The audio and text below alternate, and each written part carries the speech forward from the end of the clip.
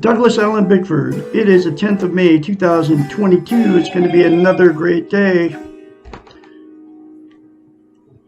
Hello to all my friends on Facebook and YouTube. We are all full of goodness, okay? You and me, and all the little animals around us. You don't realize it because nobody tells you that. And guess where all that bad comes from? That only Douglas Allen Bickford here in Klamath Falls, Oregon is telling you. It comes from all the so-called holy books. I'm talking about the Bible, the Quran, and all that. They have taught you to feel bad about yourself. And how they started that was by telling you and teaching you that you were born bad. It's all not true, folks.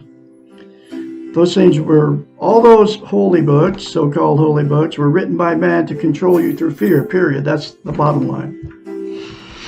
And until you get beyond that, you'll never feel good about yourself. But I have the cure for you. It comes out of a book. Right here. It's called The Portable Therapist.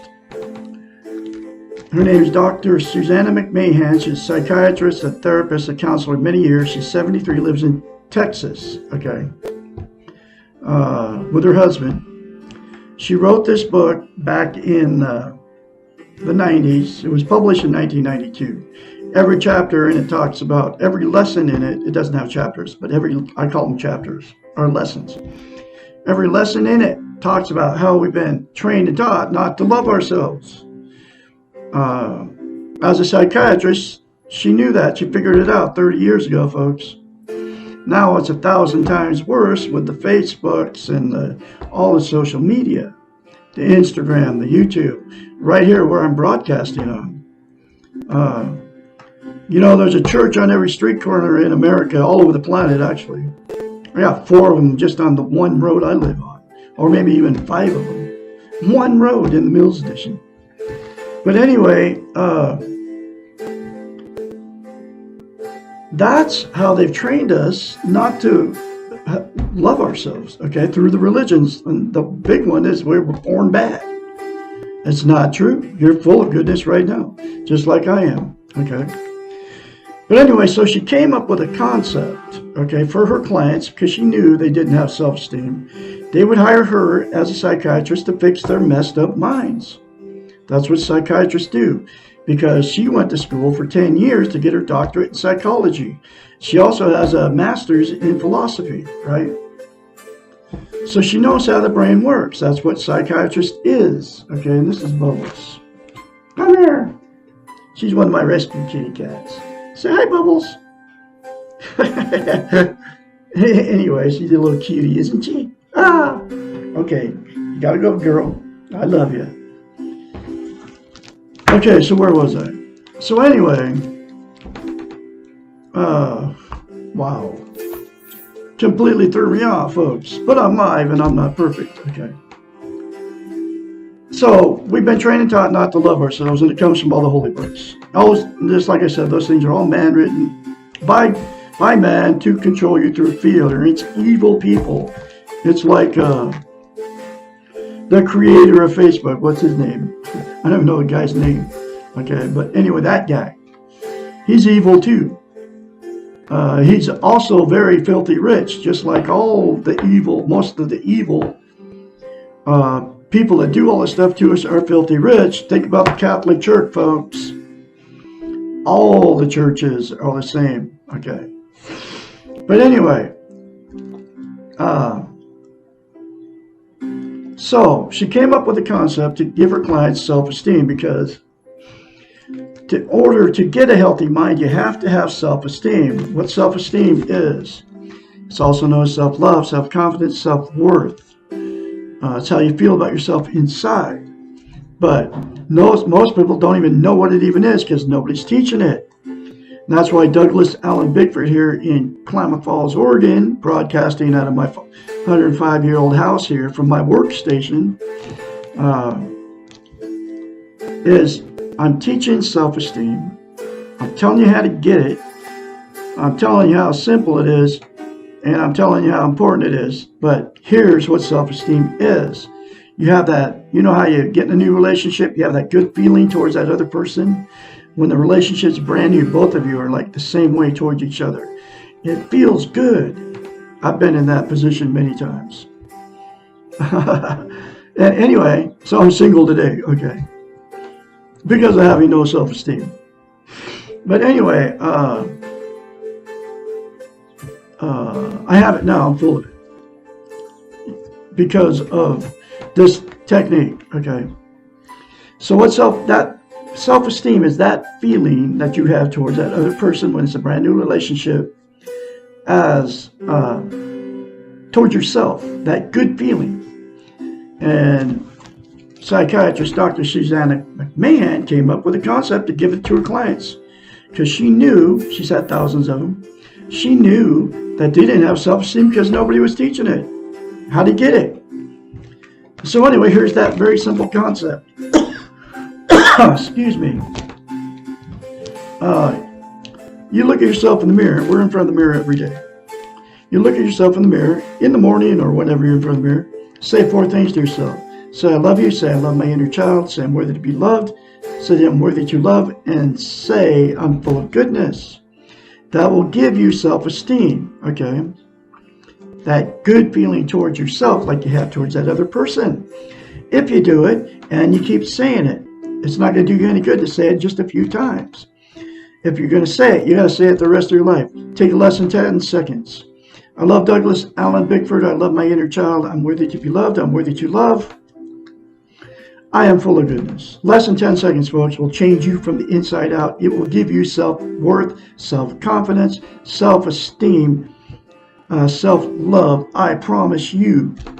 And that's why she came up with that very simple concept. It's very simple, but it's hard for most. Do you know why that is? Because you cannot lie to yourself in the mirror. And she knew it as a psychiatrist. She knows how the brain works. It's very easy for you to criticize yourself in the front of the mirror, either thinking it or saying it. I got a little kitty cat over there. I rescued this little girl. She was underneath my house. She lived, when I moved here, she was living in my house. So I brought her in January or December or January of 2021. December 21, I think I brought her in. It was freezing outside. So anyway, I brought her in, and she still is trying to get used to, the other 8 cats and moi, okay. But she's starting to come out of her shell, and you just heard her back there. She's talking in there, okay. So she's starting to come out of her shell. But anyway, so, oh man, now I just really screwed up. So anyway, you can't lie to yourself in the mirror, right? So it's very easy for you to say bad things about yourself in front of the mirror or think them, because that's how you feel about yourself. And you're not lying to yourself in the mirror when you say bad things about yourself or think them, okay? So you can't say good things to yourself in the mirror, which those 4 things are very good things to say to yourself in the mirror. But you can't say it because you don't believe it. You don't feel it, okay? Because you can't lie to yourself in the mirror. But, so the very first time you do it, folks, you'll have to force yourself to do it. That's why it's very simple to do it, but hard for most, because most don't love themselves because nobody's taught you how to get it. And now you know how to get it, okay? So the very first time you do it, folks, you'll have to force yourself to do it like I had to do, Okay. But like I said, you have to say it daily for the rest of your life. Because to maintain self-esteem and keep it, it'll give it to you if you say it to yourself in the mirror. But to maintain it, you have to say it every day. Practice it. It's like lifting weights. You know how you lift weights? If you stop, you added all this weight and you keep building up more weight till you get up to a certain point. Just keep lifting. You can lift for the rest of your life, which a lot of people do it. But you have to keep adding weight. But if you stop, you'll lose the muscle mass and then you have to start over. So just plan on saying those 4 things to yourself in the mirror every day for the rest of your life. And like I said, the very first time it'll be very difficult. So here's why it's so important to have self-esteem.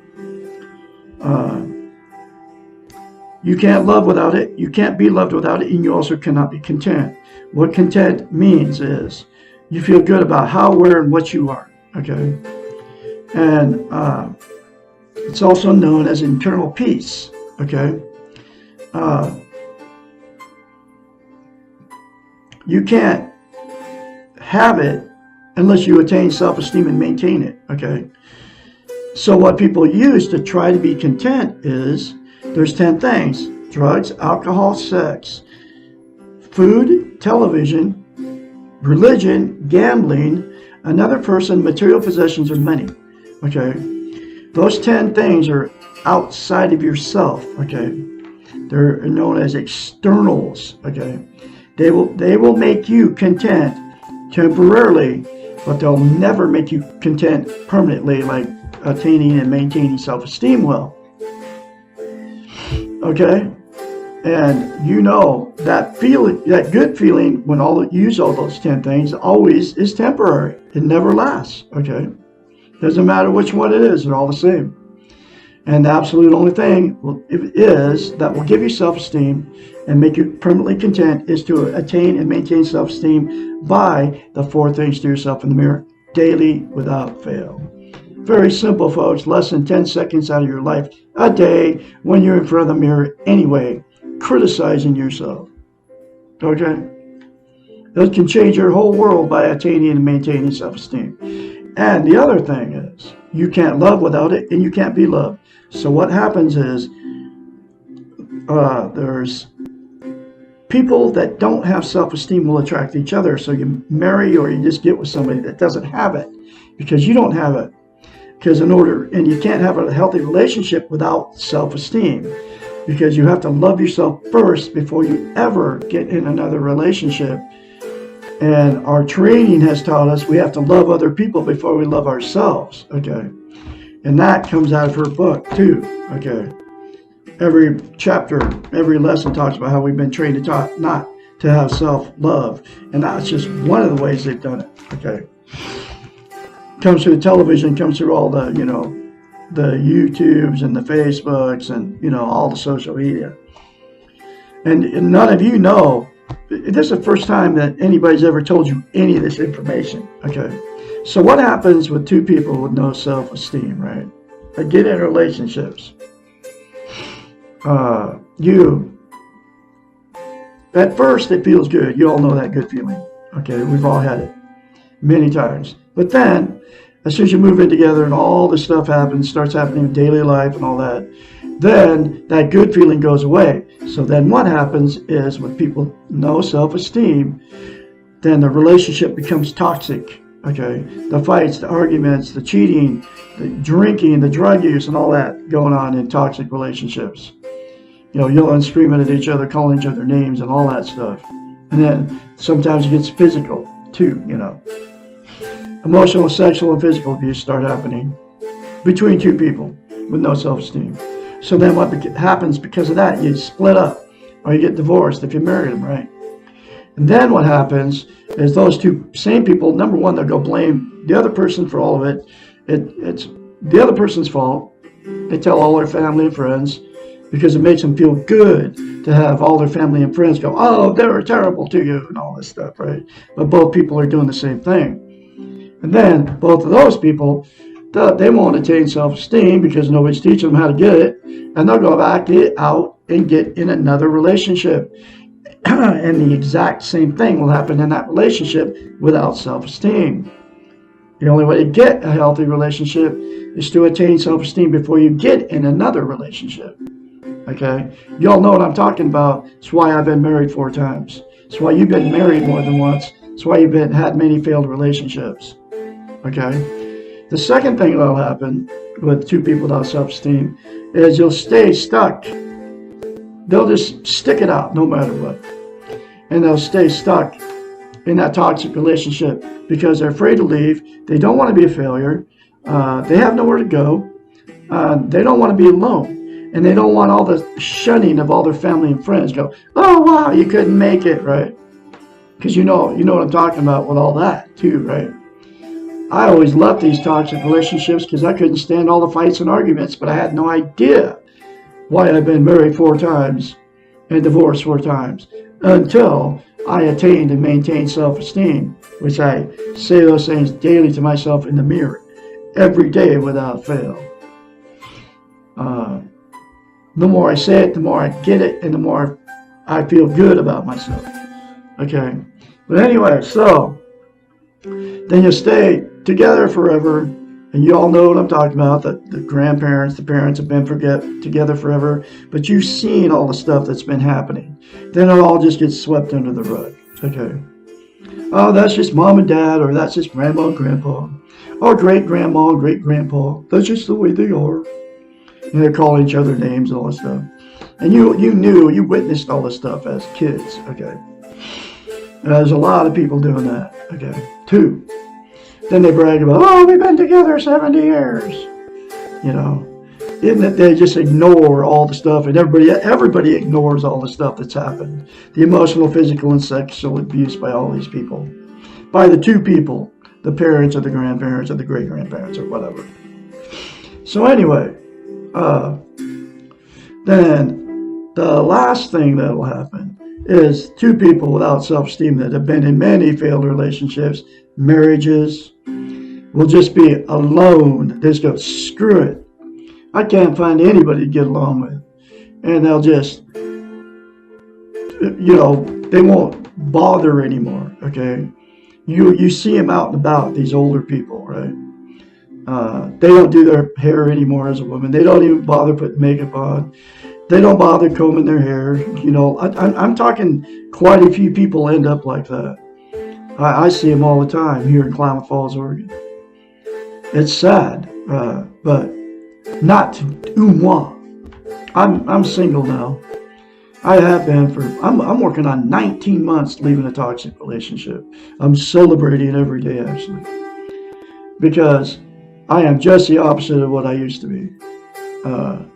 I completely went the opposite direction, okay, because I attained and I maintained self-esteem. And that's why I ended up on YouTube and Facebook teaching you how to get it, okay? So those are all the 3 things that happen to people that get involved without loving themselves before they get involved with other people, So anyway, I am teaching out of her book, The Portable Therapist, 1 lesson at a time. Here's that next lesson. And this one, well, it all goes right along with what I'm saying, because that's how I learned everything I know is from a psychiatrist. She's my psychiatrist now. And I don't know if you've been noticing my posts, but on Facebook, but my whole life is one big positive affirmation, okay? Because the more you say good to yourself, the more it will come to you. Here's lesson 74. What is a dysfunctional family? The term is currently used to define families or relationships that do not function in a healthy manner. And they don't function in a healthy manner, folks, because they don't have self-love, self-esteem, self-worth, because they don't have healthy minds. And that's why she wrote this book called The Portable Therapist. People involved in these families are caught in some type of vicious cycle, and you all have witnessed dysfunctional families. Okay. People involved in these families are caught in some type of vicious cycle that is causing all concerned pain and destructive patterns of relating with each other and to themselves.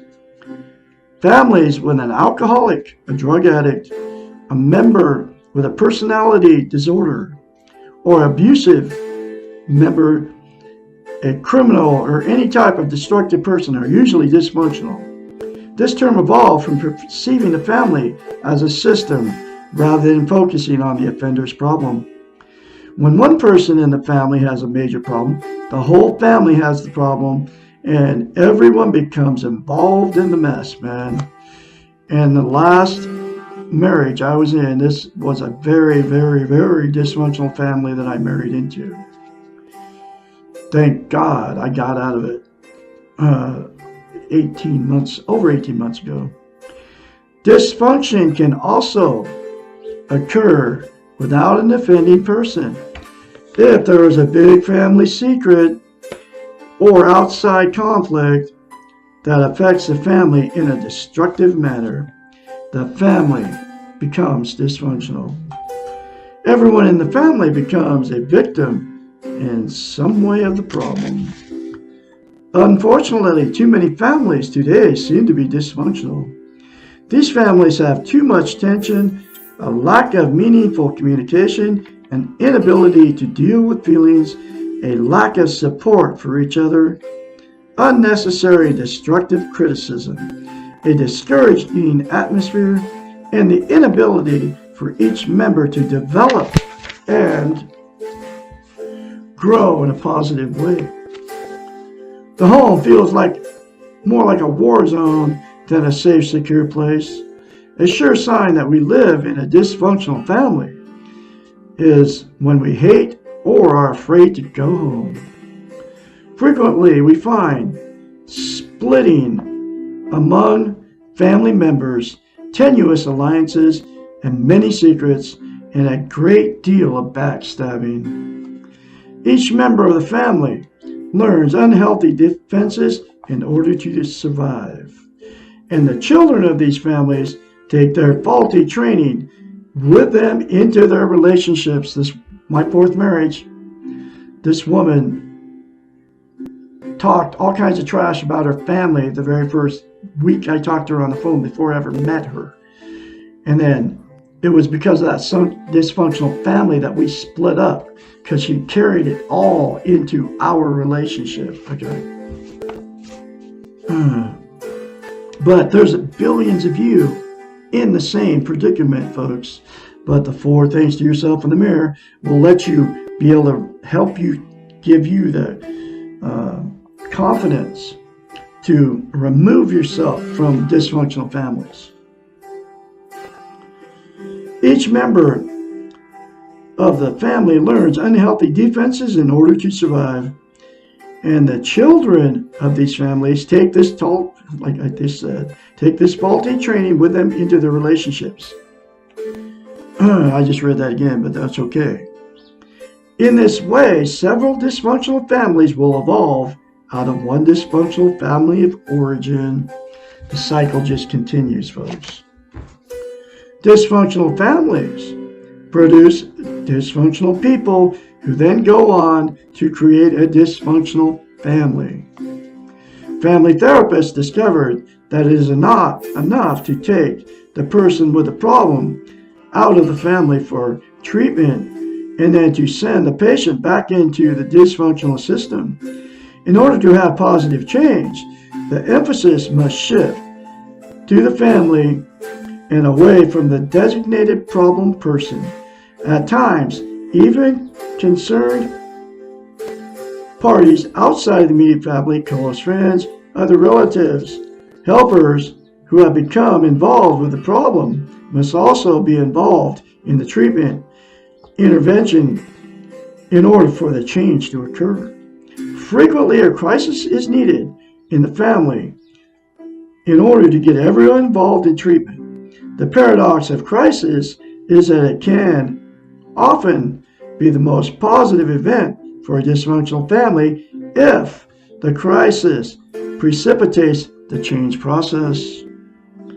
Most dysfunctional families Do not change, because to remain dysfunctional is easier and more familiar than to risk the unknown. The familiarity of the problem and the family's responses to create a crazy kind of security for the family members. Better the devil you know than the one you don't know. It seems easier to remain static and stuck than to learn and develop new patterns.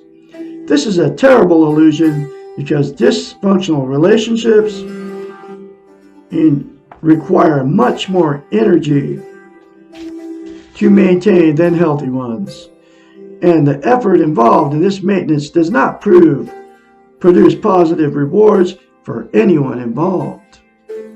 If the family refuses to change its destructive system, then the family member who wants to change must choose to do so on his or own, regardless of the family's reaction. This can be a very difficult choice, sometimes leading to the separation from the sick system. However, we are responsible to ourselves first. Woo! That's a powerful chapter for you folks. You can all get this book and read all this stuff for yourself. It's very cheap on Amazon. I put it in a link in this video. It's in a link in all my videos. Between $5 and $15. Read this stuff for yourself in black and white, folks. But I'm going to continue to teach it. You can continue watch me, and I'm going to keep helping you get a healthy mind. And then say those 4 things to yourself in the mirror daily, folks, and then you'll be able to get the courage and the strength to get away from the abuse that's going on in these dysfunctional families, or the abusive partner you're with, right? Anyway, I'm going to have another lesson for you tomorrow, which will be lesson 75. Why am I still afraid of my mother or father? You all have a great day out there.